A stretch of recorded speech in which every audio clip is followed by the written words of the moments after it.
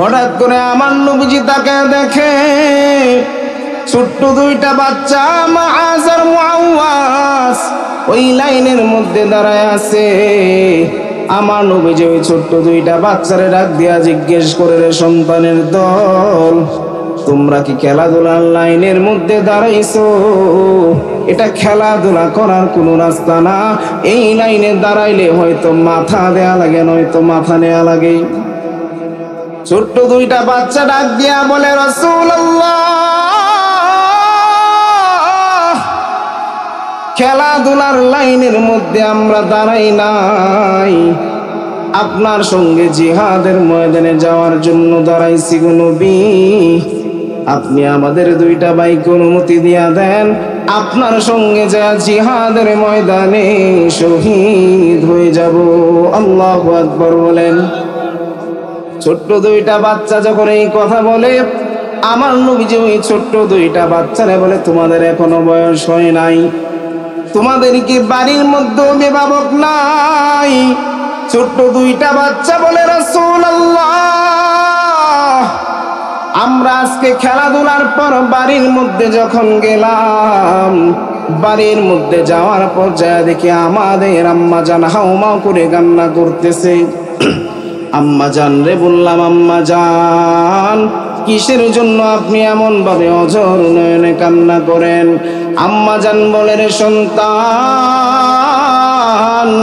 বদরের প্রান্তরে জিহাদের জন্য সব ঘর থেকে একজন করে মুজাহিদ অন্তত যায়, কিন্তু আমার ঘরের মধ্যে এমন কোন পুরুষ মানুষ নাই যে কিনে আজকে আমার নবীজির পাশে ঢাল হয়ে দাঁড়ায় যাবে।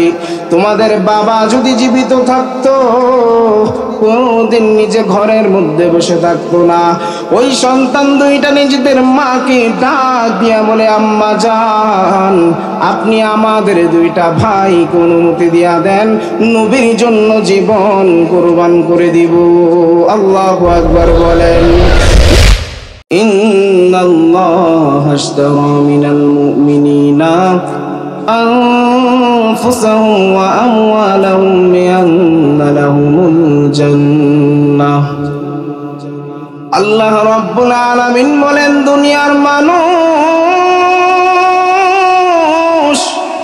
তোমরা গভীর মনোযোগ দিয়া জেনে নাও, আমি আল্লাহ রাব্বুল আলামিন মুমিনদেরকে জান্নাতুল ফিরদাউস দান করব। জান্নাত আমি আল্লাহ দান করব, কিন্তু তার বিনিময়ে মুমিনদের কাছ থেকে দুইটা জিনিস আমি আল্লাহ কিনে নিব। এক নাম্বার আনফুসাহুম, এক নাম্বার মুমিনদের জান আমি আল্লাহ তাআলা কিনে নিব।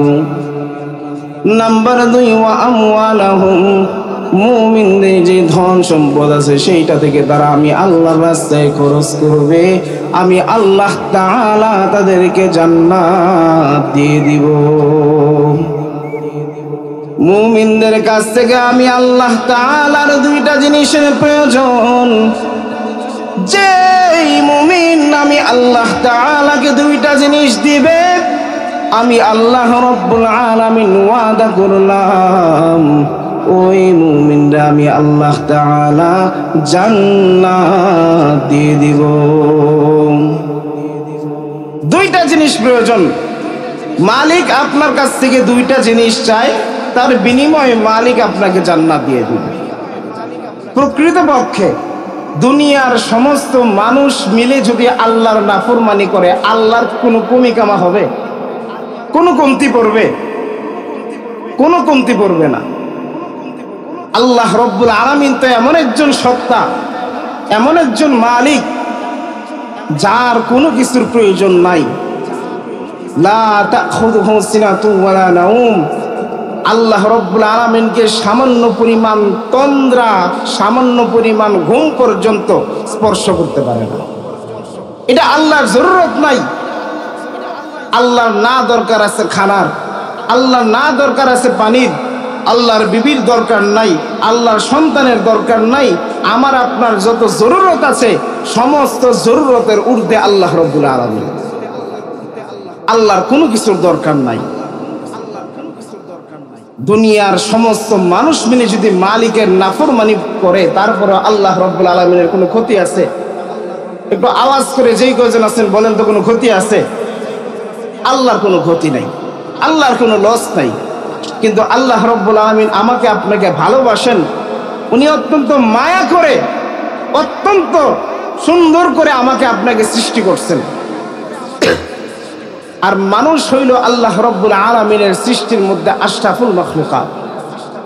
আল্লাহ তাআলা চান তার এই বান্দারা যেন, তার এই বান্দিরা যেন রবের জন্য দুইটা জিনিস কুরবান করে। এই দুইটা জিনিস কুরবান করার মাধ্যমে যেন তারা মালিকের কাছ থেকে জান্নাত বুঝে নেয়। এই দুইটা জিনিস, আপনার জানেরও কোনো দরকার আল্লাহর নাই, আপনার সম্পদের কোনো দরকার আল্লাহর নাই, কিন্তু আল্লাহ রাব্বুল আলামিন দেখেন, এর মাধ্যমে দেখেন, এর মাধ্যমে পরীক্ষা নিরীক্ষা করেন যে আপনি আল্লাহর জন্য কতটা ত্যাগ করতে রাজি আছেন, কতটুকু নিজেকে কুরবান করতে রাজি আছেন। আমরা অনেকেই জান্নাত চাই, কিন্তু জান্নাত চাইলেও আমাদের ভেতরে রবের জন্য নিজের জিন্দেগিকে কুরবান করার মতো কোনো তামান্নাও নাই। নিজের সম্পদ দিনের রাস্তায় খরচ করব, সেটারও কোনো তামান্না নাই। বরং আমরা নিজেদের সম্পদকে গচ্ছিত করে রাখি, মনে করি এগুলা আমার ভবিষ্যতের জন্য কাজে আসবে। কিন্তু যেই ব্যক্তি কোটি টাকার বিল্ডিং এর ভিতরে ঘুমাইলো, যেই ব্যক্তি রিক্সা চালাইলো, এই দুইজনের কবর কি আলাদা রকম হয় না একরকম? তা আওয়াজ করে কোন কয় রকম? আপনারা কষ্ট না নিলে মেহেরবানি করে সামনে এসে বসলে পরিবেশটা সুন্দর হইতো। রাগ করছেন আপনারা, রাগ করেন না, একটু সামনে এসে বসলে কথা বলতে সুবিধা হইতো। পাশে বসলে পরিবেশটা অন্যরকম হয়ে যায়। যাই হোক, যেই ব্যক্তি রিক্সা চালায় তার জন্য যেই মাটির কবর, যেই ব্যক্তি 10 তলা বিল্ডিং এর মালিক তার জন্য একই মাটির কবর। যেই ব্যক্তি রিক্সা চালক তার জন্য সাদা কাফন, যেই ব্যক্তি 10 তলা বিল্ডিং এর মালিক তার জন্য সাদা কাপড়ের কাফন, সব এক। তাহলে আপনি যে আপনার সম্পদ গচ্ছিত রাখছেন ভবিষ্যতের জন্য, এটা কোন ভবিষ্যৎ? বরং এমন অনেক বান্দা বান্দি আছে যারা কিনা মৃত্যুর পরবর্তীতে কবরে যাওয়ার পরে বলবে, ইয়া লাইতানি, ইয়া লাইতানি কদ্দামতু লি হায়াতি, কদ্দামতু লি হায়াতি। হায় আফসোস, আমি তো দুনিয়াতে আমার বাড়ি ঘর বড় করছিলাম, দুনিয়াতে সবকিছু সুন্দর বানাইছিলাম।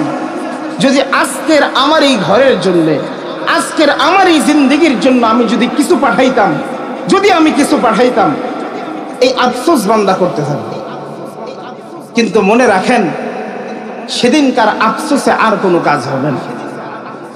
দুনিয়াতে আল্লাহ রাব্বুল আলামিন আপনাকে পাঠাইছেন তার গোলামি করার জন্য, আপনার জিন্দেগি, আপনার সম্পদ তার জন্য কুরবান করার জন্য।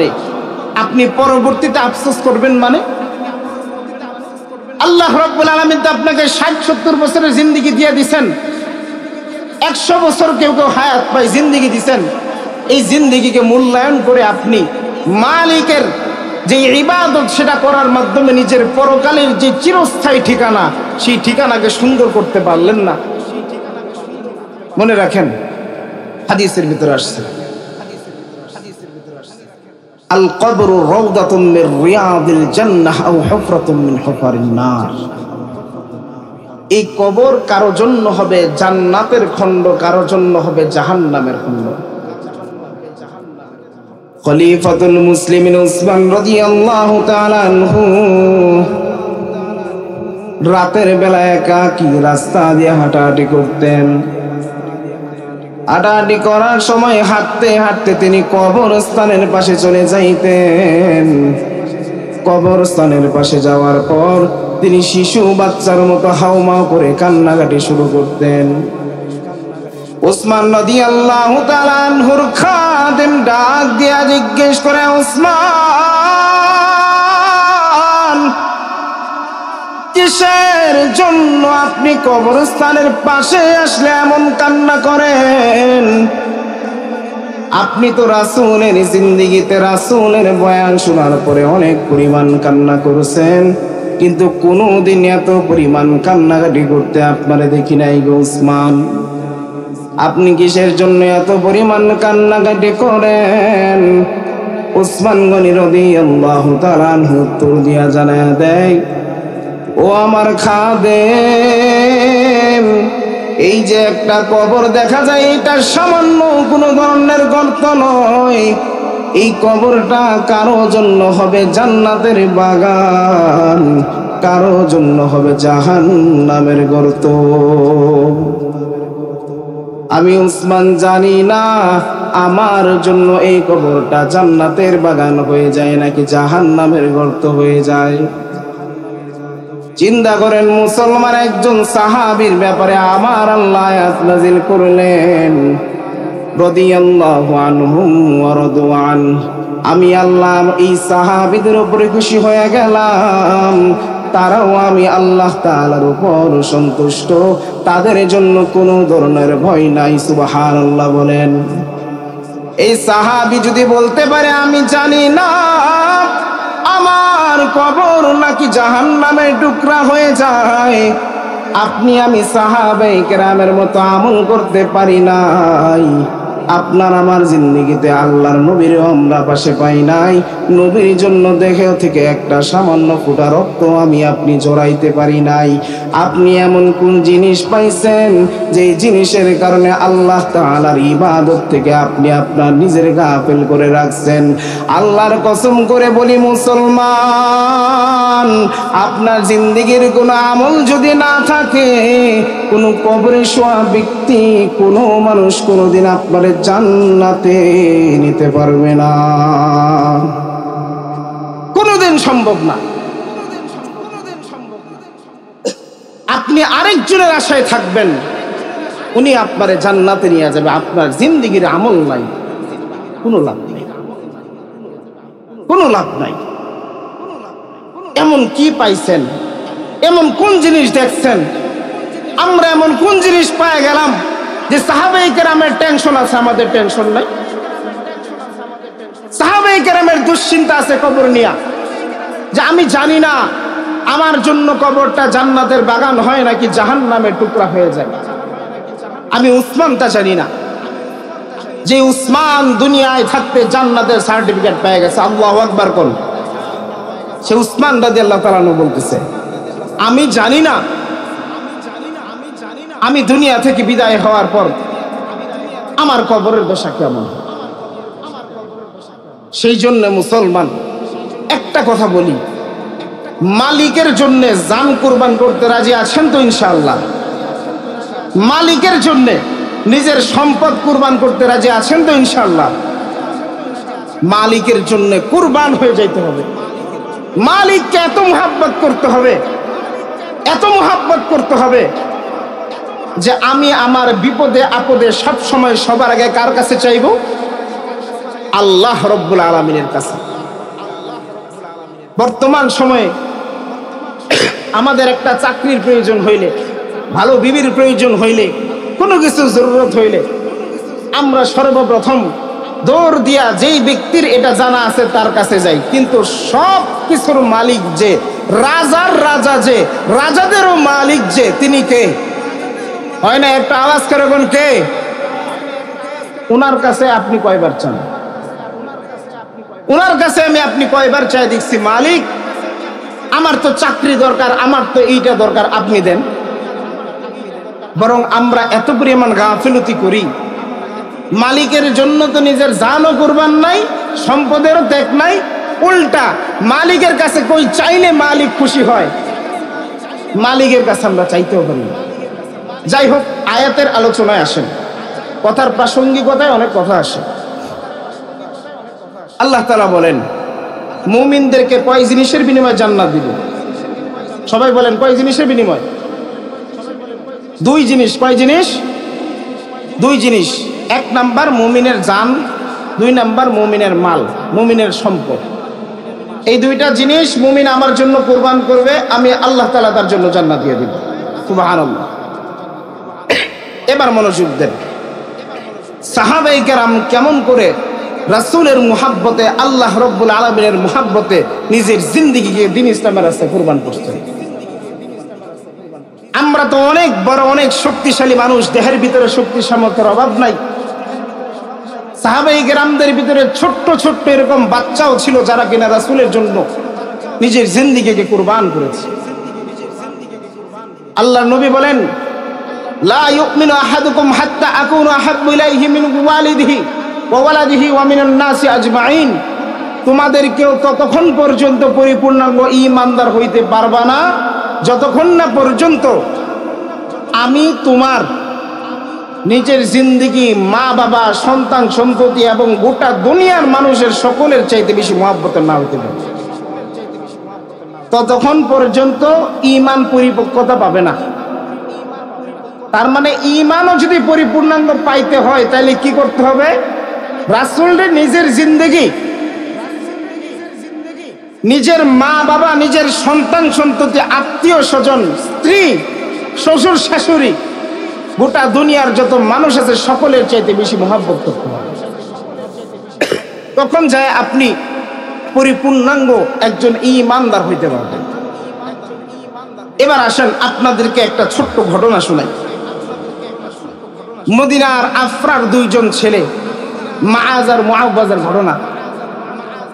রাসূল আকরাম সাল্লাল্লাহু আলাইহি ওয়াসাল্লাম বদরের প্রান্তরে জিহাদের জন্য সাহাবায়ে কেরামদেরকে ডাক দিলেন। কোন কোন সাহাবীরা বদরের প্রান্তরে কুফর শক্তির বিরুদ্ধে জিহাদের জন্য রাজি আছো? তোমরা দাঁড়ায় যাও। সাহাবায়ে কেরাম বিশাল বড় একটা লাইন দিয়ে দাঁড়ায় গেছে। আল্লাহর নবী সাল্লাল্লাহু আলাইহি ওয়াসাল্লাম সামনের দিক থেকে হাঁটতে হাঁটতে হাঁটতে হাঁটতে সাহাবায়ে কেরামদের বাছাই করতেছেন, কারণ সবাইরে তো যুদ্ধে নিতে হবে না, কেউ কেউ থাকবে এলাকায়, এলাকার নিরাপত্তার জন্য। দরকার আছে না নাই? রাসূল ছিলেন যুদ্ধের সবচেয়ে উত্তম পরিকল্পনাকারী, যার পরিকল্পনার কাছে বড় বড় কাফেরদের পরিকল্পনা হার মানতো। আল্লাহু আকবার বলবেন না? রাসূলকে এই পরিকল্পনার ক্ষমতা দিয়েছেন কে? আল্লাহ। যার সাথে আছেন তার অন্য কারো দরকার আছে? অন্য কারো দরকার নেই। মুসলমান ভাইয়েরা, আমার কথাগুলা দিলের কান লাগায় শুনবেন। রাসূলুল্লাহ সাল্লাল্লাহু আলাইহি ওয়াসাল্লাম সাহাবায়ে কেরামদেরকে বিশাল বড় একটা লাইনের মধ্যে দাঁড় করায় দিলেন। সাহাবায়ে কেরাম বিশাল বড় একটা লাইন দিয়ে দাঁড়ায় গেলেন। আমার নবীজি সামনে থেকে সাহাবায়ে কেরামদেরকে বাছাই করতে করতে সামনের দিকে হাঁটা শুরু করলেন। হঠাৎ করে আমার নবীজি তাকায় দেখে ছোট্ট দুইটা বাচ্চা মাআজ আর মুআওয়াজ ওই লাইনের মধ্যে দাঁড়ায় আছে। আমার নবীজি ওই ছোট্ট দুইটা বাচ্চারে ডাক দিয়া জিজ্ঞেস করে, রে সন্তানের দল, তোমরা কি খেলাধুলার লাইনের মধ্যে দাঁড়াইছো? এটা খেলাধুলা করার কোন রাস্তা না। এই লাইনে দাঁড়াইলে হয়তো মাথা দেয়া লাগে, নয়তো মাথা নেয়া লাগে। ছোট্ট দুইটা বাচ্চা ডাক দিয়া বলে, রাসূলুল্লাহ, খেলাধুলার লাইনের মধ্যে আমরা দাঁড়াই নাই, আপনার সঙ্গে জিহাদের ময়দানে যাওয়ার জন্য দাঁড়াইছি গো নবী। আপনি আমাদের দুইটা ভাইকে অনুমতি দিয়া দেন, আপনার সঙ্গে যা জিহাদের ময়দানে শহীদ হয়ে যাব। আল্লাহু আকবার বলেন। ছোট্ট দুইটা বাচ্চা যখন এই কথা বলে, আমার নবীজি ওই ছোট্ট দুইটা বাচ্চারে বলে, তোমাদের এখনো বয়স হয় নাই, তোমাদের কি বাড়ির মধ্যে অভিভাবক নাই? ছোট্ট দুইটা বাচ্চা বলে, রাসূলুল্লাহ, আমরা আজকে খেলাধুলার পর বাড়ির মধ্যে যখন গেলাম, বাড়ির মধ্যে যাওয়ার পর যা দেখি আমাদের আম্মা জান হাউমাউ করে কান্না করতেছে। আম্মা জান রে বললাম, আম্মা জান, কিসের জন্য আপনি এমন ভাবে অঝর নয়নে কান্না করেন? আম্মা জান বলে, রে সন্তান, বদরের প্রান্তরে জিহাদের জন্য সব ঘর থেকে একজন করে মুজাহিদ অন্তত যায়, কিন্তু আমার ঘরের মধ্যে এমন কোন পুরুষ মানুষ নাই যে কিনে আজকে আমার নবীজির পাশে ঢাল হয়ে দাঁড়ায় যাবে। তোমাদের বাবা যদি জীবিত থাকতো কোনদিন নিজে ঘরের মধ্যে বসে থাকতো না। ওই সন্তান দুইটা নিজেদের মাকে ডাক দিয়া বলে, আম্মা জান, আপনি আমাদের দুইটা ভাইকে অনুমতি দিয়া দেন, নবীর জন্য জীবন কুরবান করে দিব। আল্লাহু আকবার বলেন। ইয়া রাসূলুল্লাহ, আমাদের আম্মা জান আমাদের অনুমতি দিয়া দিয়েছে, আপনি আমাদেরকে অনুমতি দিয়া দেন, আপনার জন্য জিহাদের ময়দানে আমরা শহীদ হয়ে যাব। আল্লাহর নবী, বিশ্ব নবী রহমাতুল লিল আলামিন ওই ছোট্ট দুইটা সাহাবীর বলে, তোমাদের এখনো বয়স হয় নাই, জিহাদের ময়দানে তরবারি চালাইতে হয়, তরবারি চালানোর জন্য গায়ের মধ্যে শক্তির দরকার আছে না নাই? আর একটু আওয়াজ করে বলেন না, তরবারি চালানোর জন্য শক্তির প্রয়োজন আছে না নাই?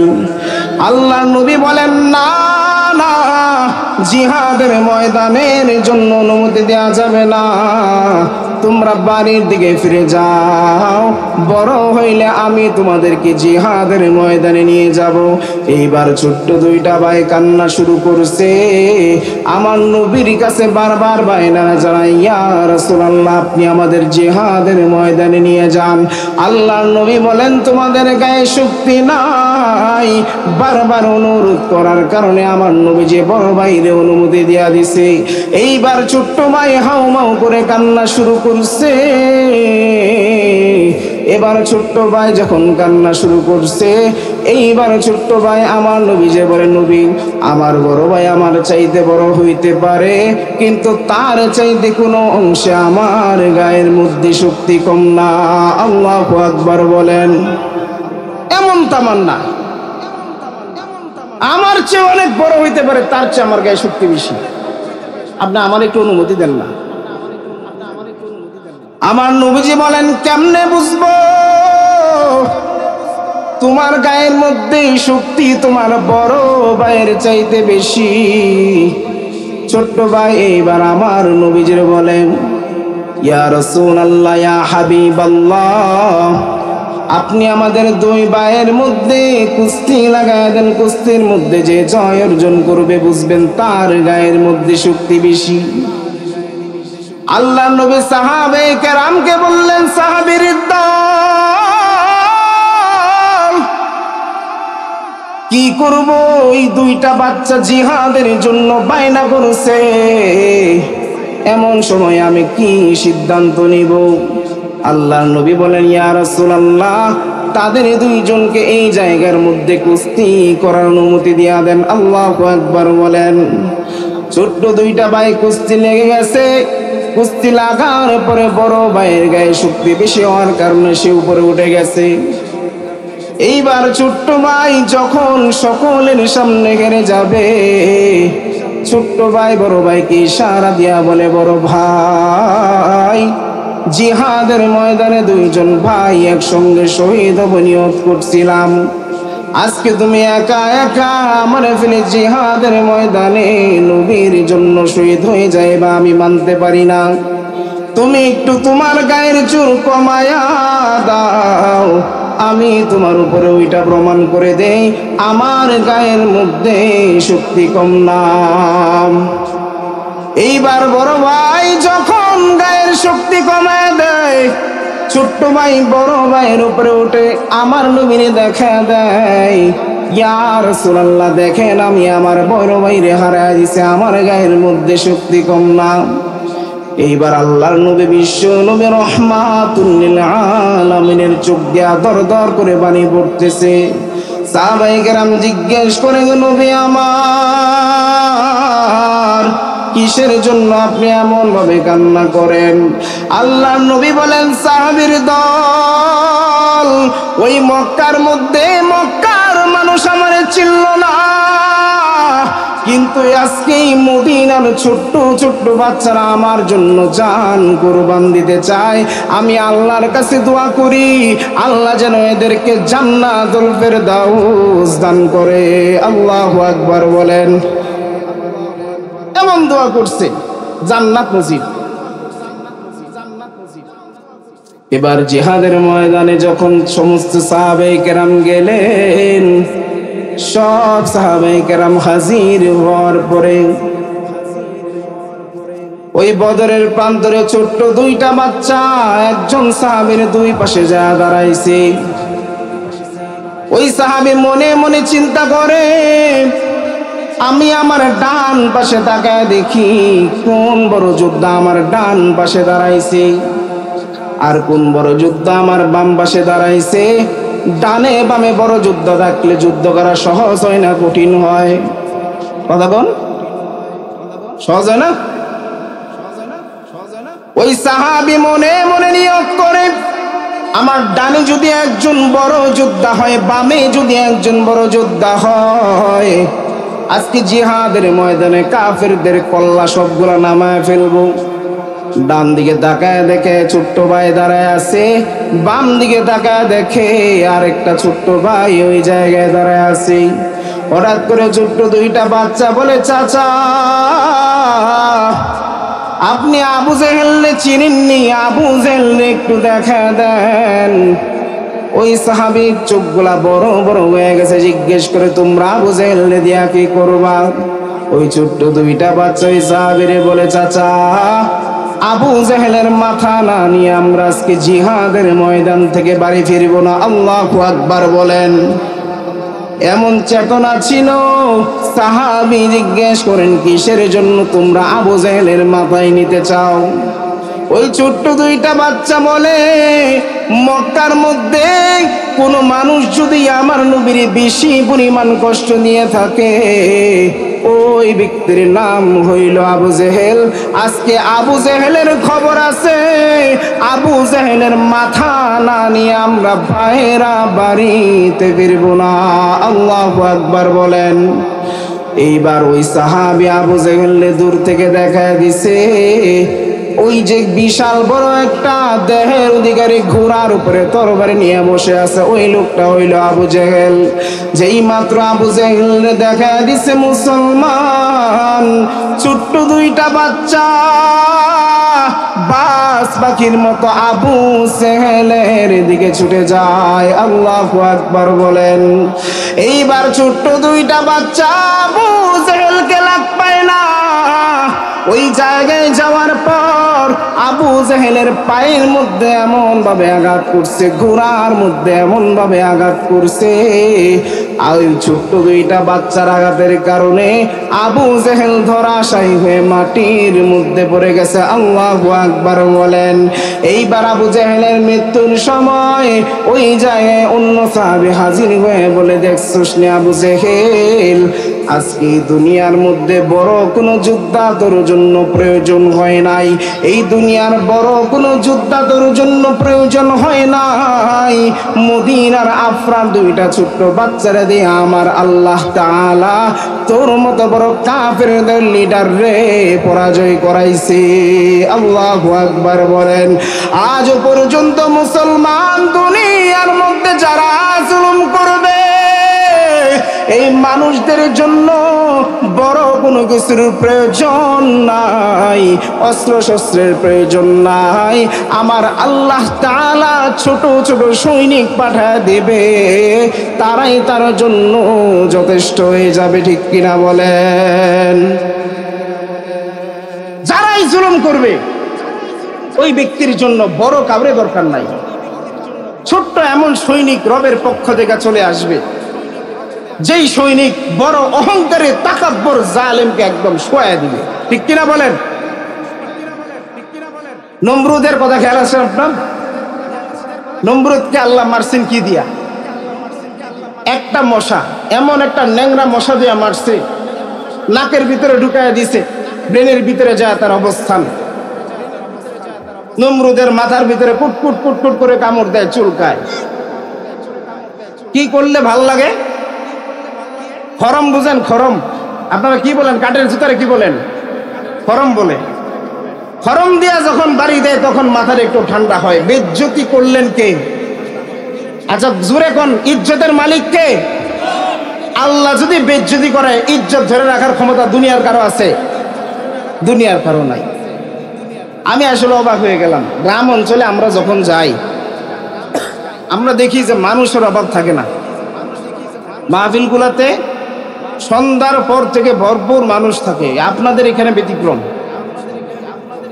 আর বড় আফসোস পরিতাপের বিষয় এটা যে এখন একদম প্রত্যন্ত গ্রাম অঞ্চলে মাহফিল যেখানে হয় পাশে একদম ভয়ঙ্কর লেভেলের মেলার আয়োজন হয়ে যায়, যার কারণে যেই কয়টা মানুষ ওয়াজ শুনতো এরা মাহফিল থেকে বিমুখ হয়ে মেলার ভিতরে যায়, বড়া খায়, এইটা খায়, ওইটা খায়, এই চোরকি করায়, এটা করতেছে, ওইটা করতেছে, এইভাবে সময় নষ্ট করে। অথচ এই জিন্দেগির এক একটা মুহূর্তের সময় কত যে দামি, কত যে দামি, এটা এই বান্দার মৃত্যুর পরবর্তী সময়ে তার স্মরণ হবে। কারণ মালিকের সামনে সে তার এক একটা মুহূর্তের সময়ের জন্য আফসোস করতে হবে। আপনারা যারা এখানে বসছেন কারো লস হয়েছে এখানে আসাতে বলেন তো? চুল পরিমাণ লস আছে, বরং লাভের উপরে লাভ, বলে না চক্রবর্তী লাভ, মানে এমন লাভ যে মালিক উপর থেকে সরাসরি আপনার জন্য রিজিকের ফয়সালা করতেছেন, রহমতের ফয়সালা করতেছেন, বরকতের ফয়সালা করতেছেন, মাগফিরাত নাজাতের ফয়সালা করতেছেন। আল্লাহু আকবার বলেন। লস কোন দিক দিয়ে? আমরা যে কি জ্ঞানী হইলাম, কি চালাক হইলাম, কোরআন থেকে নিজেদের বিমুখ করে নিলাম। যাই হোক, মূল কথার দিকে আসেন। ছোট্ট দুইটা বাচ্চা দেখছেন কেমন করে রাসূলের জন্য নিজের জিন্দেগি কুরবান করতে চাইছে। আজকে আমাদের বয়স্ক নওজোয়ানদের এই সাহস নাই। আমাদের যুবক ছেলে পেলে আছে কি নিয়া? আমাদের যুবক ছেলের ভিতরে এখন আছে পাবজি, এখন আছে ফ্রি ফায়ার, এখন আছে ফেসবুক, ইনস্টাগ্রাম, টিকটক, এগুলা। যেই ছেলে নিজের চরিত্রকে হেফাজত করতে পারলো না, নিজের 3.5 হাত দেহের ভিতরে দিন কায়েম করতে পারলো না, এই ছেলে কেমন করে রাসূলের জন্য নিজের জিন্দেগি কুরবান করার ক্ষেত্রে উদ্গ্রীব থাকবে? আমাকে একটু বলেন। রাসূলের জন্য জিন্দেগি করা তার সর্বোচ্চ মুখের কথা হবে, কাজের বাস্তবায়ন কোনোদিন সে করতে পারবে না। কারণ সে যুদ্ধ করতে পারে মোবাইলের ভিতরে পাবজি আর ফ্রি ফায়ারে, কথা কোন ঠিক কিনা? আমাদের যুব সমাজ এমন ভাবে ঘুরে ধরতেছে আল্লাহর জন্য জিন্দেগি কুরবান করার সাহস, এইটা আজ আর এই যুব সমাজ দান করতে বলে। আপনারা দান করেন, কি দান করেন? সবাই না, কেউ কেউ দান করে এরকম। নিজের পকেটের ভিতরে যেই 5 টাকা ছিঁড়া আছে, যেই 10 টাকা ছিঁড়া আছে, এটা নিজের চালানোর যোগ্যতা নাই, ওইটা দান করে। তাহলে আল্লাহর জন্য সে তার উত্তমটা ত্যাগ করলো নাকি বাতিলটা ত্যাগ করলো বলেন তো? আপনারা জানেন হাবিল কাবিলকে যখন আল্লাহ রাব্বুল আলামিন কুরবানি করতে বলছিল, হাবিল গবাদি পশু চড়াইতো, গবাদি পশু লালন পালন করত। হাবিল তার কাছে থাকা সবচাইতে উত্তম যে পশুটা আছে, আপনাদের খোয়ারের ভিতরে যদি 10টা গরু থাকে, এর ভিতরে একটা গরু এমন থাকে দেখবেন আপনি যেই জায়গায় গেছেন দূর থেকে দৌড় দিয়ে আপনার কাছে চলে আসে, এরকম থাকে কি থাকে না? এটা আপনার অনেক আদরের না? এটা আপনার অনেক যত্নের না? আপনি দেখবেন এইটারে এমন ভাবে যত্ন করেন, এটা তুলনামূলক অন্য সবগুলার চেয়ে হৃষ্টপুষ্ট হয়ে যায়। তা হাবিলের এইরকম একটা জন্তু ছিল, ওইটাকে সে মালিকের জন্য কুরবানি করছে। মালিকের জন্য কুরবানি করবো, আমি আমার কাছে থাকা সবচেয়ে উত্তম, সবচেয়ে সুন্দরটাকে কুরবানি করব। আর কাবিল করতো চাষাবাদ। কাবিল বলে আল্লাহর তো খানারও দরকার নাই, আল্লাহ যদি খাইতেও না, দরকার কি? আমার ক্ষেতের ভিতরে আগের দিনের পোলা পচা কিছু ওই মরে গেছে এইরকম কিছু আগাছা আছে, এইগুলা নিয়ে কুরবান করি। সে মালিকের জন্য ওইগুলা নিয়ে হাজির হয়ে গেছে। কুরবানি হলো। আল্লাহ কি কাবিলেরটা কবুল করছেন না হাবিলেরটা? হাবিলেরটা কবুল করছেন। আপনি আপনার সম্পদের অবহেলিত সম্পদ যদি মালিকের রাস্তায় খরচ করেন, সবচাইতে বাজে অংশ যদি মালিকের রাস্তায় খরচ করেন, এই সম্পদের ত্যাগ, এই কুরবানি আল্লাহ রাব্বুল আলামিনের কোনো প্রয়োজন নাই। আল্লাহ রাব্বুল আলামিন আপনার দেহ দেখেন না, আপনার শরীর দেখেন না, আপনার চেহারা দেখেন না, মালিক দেখেন কুলুবিকুম, তোমাদের কলব, তোমাদের অন্তর, সেটা মালিকের জন্য কতটুকু পরিমাণ মুহাব্বত নিয়ে থাকে, কতটুকু পরিমাণ ত্যাগ করতে রাজি আছে।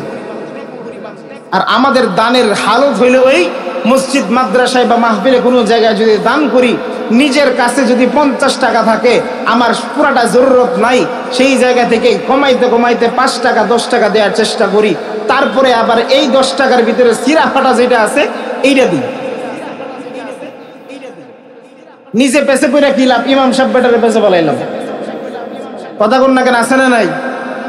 এগুলা করা যাবে মুসলমান ভাইরা? ভুলও করা যাবে না, বরং মালিকের রাস্তায় যখন খরচ করব সবচেয়ে উত্তমটা খরচ করার চেষ্টা করব। হযরত উসমান রাদিয়াল্লাহু তাআলা আনহু এমন ভাবে দান করতেন, এমন ভাবে আল্লাহর রাস্তায় খরচ করতেন, আজও পর্যন্ত মক্কা মদিনায় উসমান রাদিয়াল্লাহু তাআলা আনহুর নামের ব্যাংক অ্যাকাউন্ট আছে।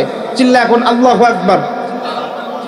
ওই ব্যাংক অ্যাকাউন্টের সুদ হয় নাকি হালাল লেনদেন হয়?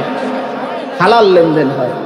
ওই ব্যাংক অ্যাকাউন্ট থেকে উসমান রাদিয়াল্লাহু তাআলা আনহুর যেই কয়টা ব্যবসা বাণিজ্য প্রতিষ্ঠান এখনো দুনিয়াতে ইস্তেকামাত আছে, সেগুলার সমস্ত লভ্যাংশ ওই ব্যাংক অ্যাকাউন্টে জমা হয়।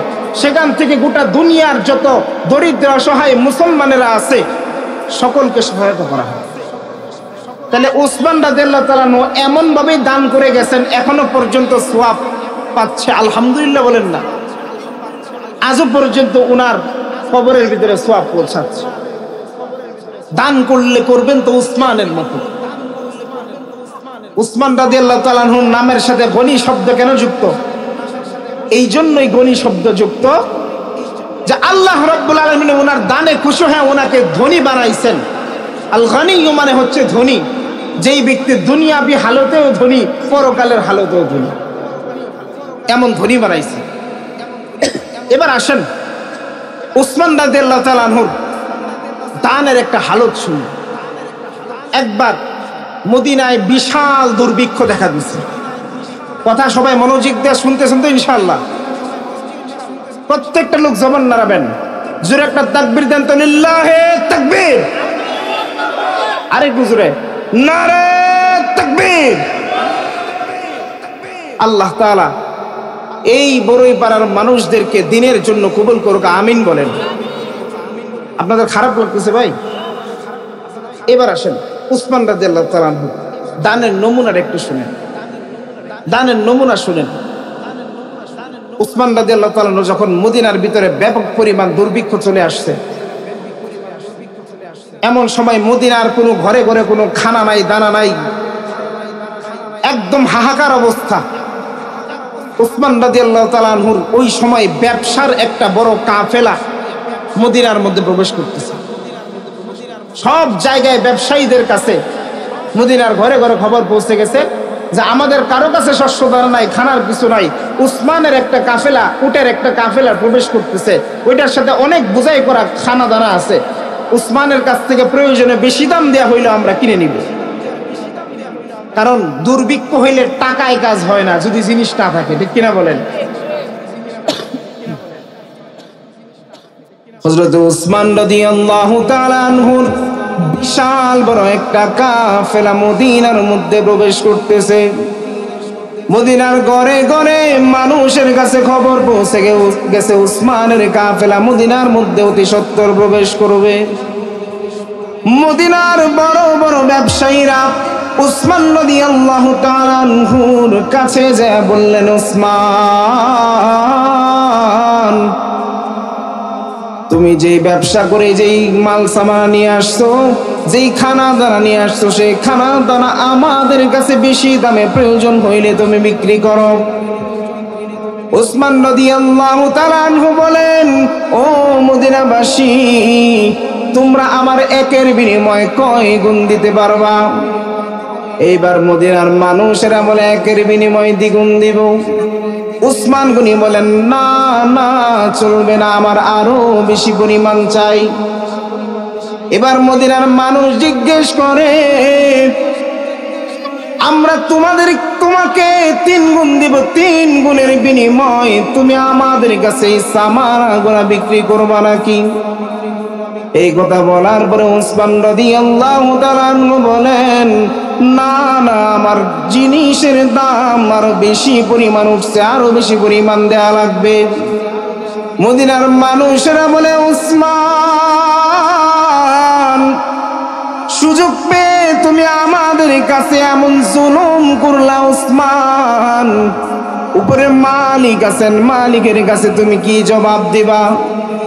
উসমান রাদিয়াল্লাহু তাআলা আনহু বলেন, মদিনার মানুষেরা রে,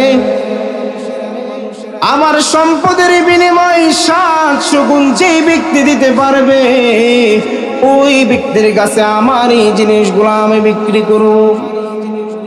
মুসলমান ভাইরা আমার, বলেন তো, যেখানে দুর্ভিক্ষ হয়ে যায় 1 টাকার জিনিস 700 টাকা দেয়া কিনা যায়?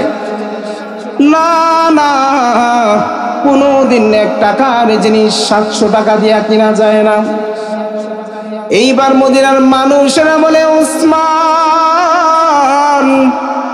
তুমি এমন কোন ক্রেতা পাইছো যেই ক্রেতার কাছে তুমি 700 পরিমাণ গুণ বেশি হইলে বিক্রি করবা? উসমান গনি রাদিয়াল্লাহু তাআলা বলেন, ও মদিনাবাসী, আমার আল্লাহর কাছে যদি আমি সম্পদ দিয়া দেই, আমার আল্লাহ তাআলা হাসরের ময়দানে আমারে এই একের বিনিময়ে 700 গুণ বাড়ায় দিবে। আল্লাহু আকবার বলেন। ও মদিনাবাসী, যাও যাও, তোমাদেরকে বিনামূল্যে আমি সব কিছু দিয়া দিলাম। সুবহানাল্লাহ বলেন। এমন ভাবে উসমান রাদিয়াল্লাহু তাআলা আনহু দান করেছে, উসমানের দানের কারণে আজও পর্যন্ত উসমানের ব্যাংক অ্যাকাউন্ট ভরপুর। ও মুসলমান ভাইরা আমার, অনেকে আমরা ধনী হইতে চাই, কিন্তু আল্লাহ তাআলার রাস্তায় খরচ করার কোনো মানসিকতা আমাদের নাই। যেই ব্যক্তি আমার আল্লাহর রাস্তায় 1 টাকা খরচ করবে, আমার আল্লাহ তারে 700 গুণের চাইতে বেশি পরিমাণ দিবে। আল্লাহর নবী, বিশ্ব নবী রাহমাতুল লিল আলামিন হাদিসের মধ্যে বলেন, ইযা মাতাল ইনসান ইনকাতা আনহু আমালুহু, যখন মানুষ মৃত্যুবরণ করে মানুষের সব আমলের রাস্তা বন্ধ হয়ে যায়। যখন মানুষ মৃত্যুবরণ করবে, ওই মানুষের কোন আমলের দরজা আর খোলা থাকে না। ইল্লা সালাসা, শুধুমাত্র 3টা এমন আমলের দরজা আছে, যেই 3টা আমলের দরজা ওই বান্দার জন্য আমার আল্লাহ খোলা রাখেন। 1 নাম্বার হইল সাদাকাতুন জারিয়া। 1 নাম্বার হইল এমন দান সাদাকা বান্দা করবে, ওই দানের কারণে একটা মসজিদ নির্মাণ হয়ে যাবে, একটা গাছ ওই বান্দা লাগায়া যাবে, যেই গাছের নিচে অনেক প্রতীক ছায়া নিবে, ওই গাছ থেকে অনেক পশু পাখি উপকৃত হবে। যেই মাত্র কোনো পাখি ওই গাছের মধ্যে আবাসস্থল বানায়া নেয়, আমার আল্লাহ তাআলা ওই ব্যক্তির আমলনামায় কবরের মধ্যে সওয়াব পৌঁছা দেন। সুবহানাল্লাহ বলেন। আর যেই বান্দা একটা মসজিদের মধ্যে দান করলো, এই দান করার কারণে মসজিদের একটা ইট কিনা হয়েছে, একটা রড কিনা হয়েছে। এই রড কেনার কারণে এই ব্যক্তি মসজিদ নির্মাণের কাজের মধ্যে শামিল হয়ে গেছে। কিয়ামত পর্যন্ত যত মানুষ মসজিদের মধ্যে নামাজ পড়বে, এই দুনিয়ার যত মানুষ ওই মসজিদের মধ্যে নামাজ পড়বে, তেলাওয়াত করবে, তাসবিহ তাহলিল করবে, প্রত্যেকের সমপরিমাণ সওয়াব ওই ব্যক্তির কবরে পৌঁছে দেওয়া হবে। সুবহানাল্লাহ বলেন। যেই কোনো বান্দা যত আমল করবে, যত সওয়াব করবে, সমস্ত সওয়াবগুলো ওই ব্যক্তির কবরের মধ্যে পৌঁছে দেয়। এর নাম সাদকাতুল জারিয়া। মাদ্রাসা হইছে, মাদ্রাসার মধ্যে দান করছেন, এটা আপনি মৃত্যুবরণ করার পরে এই কবরে আপনি শুয়ে আছেন, এই মাদ্রাসায় যত ছাত্র তেলাওয়াত করবে, প্রত্যেকের কোরআন তেলাওয়াতের সমপরিমাণ সওয়াব আল্লাহ আপনার আমলনামায় কবরে শুয়ে শুয়ে দিতে থাকবে। সুবহানাল্লাহ বলেন। এইবার আসেন 2 নাম্বার কি?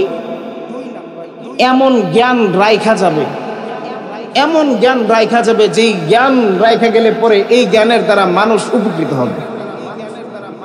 এমন জ্ঞান যেই জ্ঞানের দ্বারা মানুষ উপকৃত হবে। যেমন আপনি একটা কিতাব রচনা করে গেছেন, এই কিতাব পরবর্তীতে দুনিয়ার মানুষ পাঠ করছে, দুনিয়ার মানুষ এর থেকে ফায়দা পাইছে। এই ফায়দা পাওয়ার কারণে আল্লাহ রাব্বুল আলামিন আপনার আমলনামায় কবরের অবস্থায় সওয়াব লিখতেই থাকবেন সুবহানাল্লাহ বলেন। জোরে একটা তাকবীর দেন, নারে তাকবীর। আপনাদের মাহফিলের দ্বিতীয় বক্তা চলে আসছেন, আলহামদুলিল্লাহ বলেন না। হযরত অনেক মূল্যবান গুরুত্বপূর্ণ আলোচনা করেন, আপনারা শুনবেন। আমি সংক্ষেপে শেষ করে দিচ্ছি। মনোযোগ দেন। 2 নাম্বার কি পাইছেন? এমন জ্ঞান রেখে যাবে যে জ্ঞানটা ওই ব্যক্তি মৃত্যুবরণ করবে তারপরেও মানুষের কাজে আসবে। 3 নাম্বার, ওয়ালাদুন সালিহ, এমন নেক সন্তান সে রেখে যাবে, ইয়াদউলাহ, যেই সন্তান তার জন্য দোয়া করবে, সে মৃত্যুবরণ করার পর দোয়া করবে। এমন কোন নেক সন্তান যদি তৈরি করে দুনিয়া থেকে বিদায় হইতে পারেন, ওই সন্তান যখন মা বাবার কবরের পাশে যায় চোখের পানি ছেড়ে মালিকের কাছে দোয়া করবে, মালিক সাথে সাথে ওই মইয়িতের কবরের সমস্ত আযাব গজবকে বন্ধ করে দেবেন সুবহানাল্লাহ বলেন। সেই জন্য আমরা মালিকের রাস্তায় আমাদের কয়টা জিনিস খরচ করব? একটা আওয়াজ করে বলুন, কয়টা? 2টা। 1 নাম্বার আমাদের জান, কি বলেন? 2 নাম্বার আমাদের মাল, আমাদের সম্পদ। পারবেন তো ইনশাআল্লাহ? আর সন্তানদারে দ্বীনি ইলম শিখাইতে পারার ইচ্ছা চেতনা অন্তত আছে তো নাকি আমাদের? ইনশাআল্লাহ পারবেন না? কারা কারা নিজের সন্তান যোগ্য আলেম হোক চান, একটু মেহরবানি করে হাত তুলেন। আল্লাহ রাব্বুল আলামিন সকলকে কবুল করুক, হাত নামান। আমি আপনাদের জন্য দোয়া করি, আল্লাহ তাআলা আপনাদের এই নিয়তকে কবুল করুক। আমার জন্য দোয়া করবেন। যতটুকু আলোচনা হয়েছে সেটার উপরে আমরা যথাযথ আমল করার চেষ্টা করি। ওয়া আখির দাওয়ানা আনিল হামদুলিল্লাহি রাব্বিল আলামিন। আসসালামু আলাইকুম ওয়া রাহমাতুল্লাহ।